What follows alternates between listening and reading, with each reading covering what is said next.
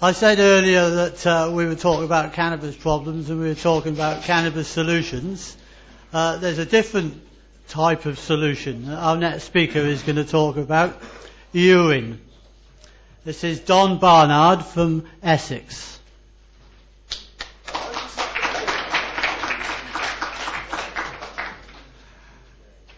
Right, we've heard a lot of talk this afternoon, or this morning. Now we're going to get a bit disorganised. You get one shot from me, no notes, just odd things.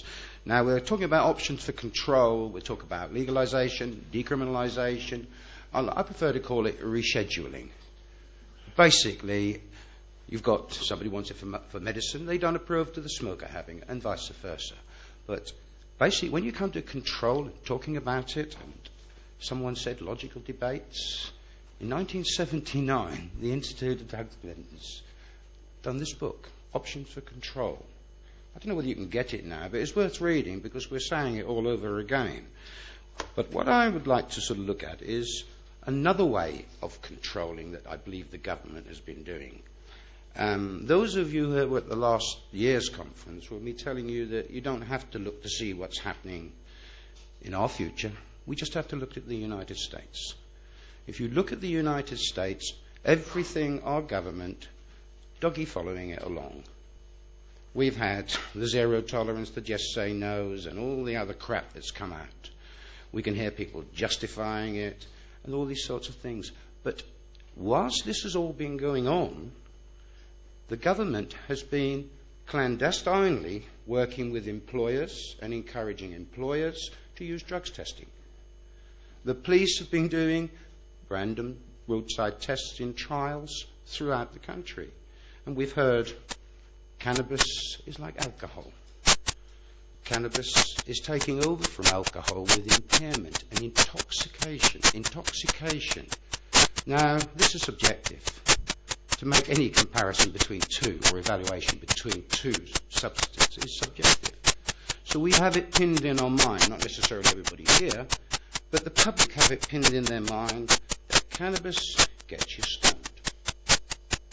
It's like alcohol.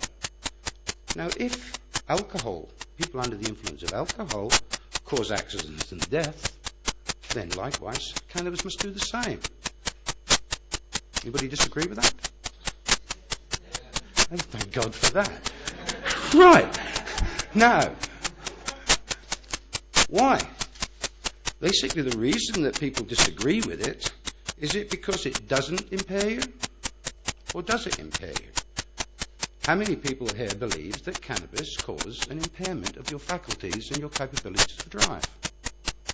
We've got one at the back. I've got 2, 3. I've got 4. Come on. All right, let's rephrase it. Okay, let's rephrase it. How anybody here who's just smoked a prime piece of bud like I just have think that they're capable of driving? Fine, we've got a few that think they're capable of driving. Right, so therefore you believe it impairs your capabilities in the majority. So if we take to alcohol now, there is a big difference. If we test somebody on the side of the road for alcohol, and that test comes up positive above the limits, then that test is positive. You are driving over the limits, and there is a correlation between blood level and alcohol level to say you are impaired under law. So consequently, you go to the nick, you're nicked, you go to jail. Anybody objects to that? Yes. Good one. Each to his own. Now if we look at it from the cannabis point of view, most people here believe in some way that it could impair you. So therefore, why shouldn't we random test people at the side of the road? Blood levels have got no connection between intoxication. Thanks very much. Saves me a lot of words. You have no correlation. When the officer stops you on the side of the road, is what's going to happen. And believe me, it is going to happen. Before I came away yesterday, I got an email saying that Essex Police from the summer are going to start random roadside testing drivers. Scotland is going to do it. But we're not little England. This is an international thing. Australia's just started doing it. Canada's just started doing it. And all North America is doing it. Possibly. Now, what I'm coming round to is that someone just said there is no correlation between blood level and cannabis level. Right? This is fact. So when the officer stops you and he says, I believe you've been drinking, sir, blow in the bag, you come up negative, about 50,000 a year past that test. He now believes that your driving was erratic or whatever. He says, I believe you've been using other substances, sir. Would you mind looking through this little card I've got here with all these little holes in it? And he will decide from his training that he's going to get over the next few months, from that, whether you've been using certain substances because your eyes are dilated or enlarged or whatever. He will ask you to stand on one foot possibly. Use the old sobriety test. Those who don't know, it's not quite as old as me. It was sort of make like a teapot, walk down the white line down the middle of the road. If you didn't get run over, you were sober. So really that is what they're going to do. Now, if that officer now decides that you are impaired, he will arrest you and take you to the police station. Now, I contacted the Home Office and said, hang on, you know there is no correlation between blood level and alcohol level. So what the bloody hell is the point of taking him down to the nick to test him to say, yes, you've been taking cannabis, piss off, because you can't nick him. And they said, no, that's not so. The officer, the arresting officer, will take you to the police station where you will be that test will be taken. If that test comes up positive, it will now become a fingerprint. If the officer and the examining doctor decides that you are impaired, i.e. you're unsteady on your feet, it could be because you're diabetic or whatever, I don't know, but if you're unsteady on your feet and you have now tested positive for cannabis, and they say, well, yeah, possibly, the only reason I can think he's got dope in his body, they will prosecute and you will be convicted. It will be just like the old sobriety test. That will be collaborating the officer's suspicion that you were involved in committing this crime. So basically, that's how I see it. I'd probably get pulled a bit of the whole bill down here, but never mind. Now, my concern is that we're all right for driving. Now let's go into employment. If alcohol causes impairment, then basically, if you go to work drunk, basically, is there any objection to being alcohol tested under suspicion at work? If one of your mates is drunk at work, would you like him to be seeing alcohol tested? No one. It's funny, isn't it? And certainly no one wants to see random drugs testing at work, do they? But it's here. Look at your contracts of employment. Just look at them. Every major company in this country at the moment will ask you for a pre-employment test and a random drugs testing. With normally it is, in the smaller companies, it is instant dismissal. Some of the bigger companies are moving on and saying, we will give you counselling and we will give you treatment, but basically they won't. I've already got 10 minutes. Alan's if you look on the form, it says 10 minutes, but I've got 15 because Alec gave me 40 last time and it took 3/4 of an hour. So basically, where we're going from is this. Alcohol testing is on the cards. You'll read in the press, why are they concentrating on illicit drugs? What about this dangerous drug, alcohol? But it's not ignored. They are using alcohol to ride in the drugs testing. Most companies now are being encouraged to alcohol test their employers also. I think it was it was this year. The prison service are all going to be alcohol tested and drugs tested. They will be pre-tested because of their concern of discipline at work, security risks or whatever. The prison service union turned around and said, this is a bloody ridiculous idea. They're going to test us for drugs also. What about the poor bastards? They've been testing for drugs in there, knowing very well they're going to get further punishment.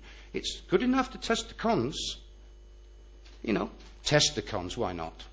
There are any criminals on there. And that's what will happen. Now, right at the end of the talk with... sorry, I got used to calling you old Eddie. That's that bit of Dutch I had. No, that's that bit of dope I had, Eddie. No, really, where was I? Yeah.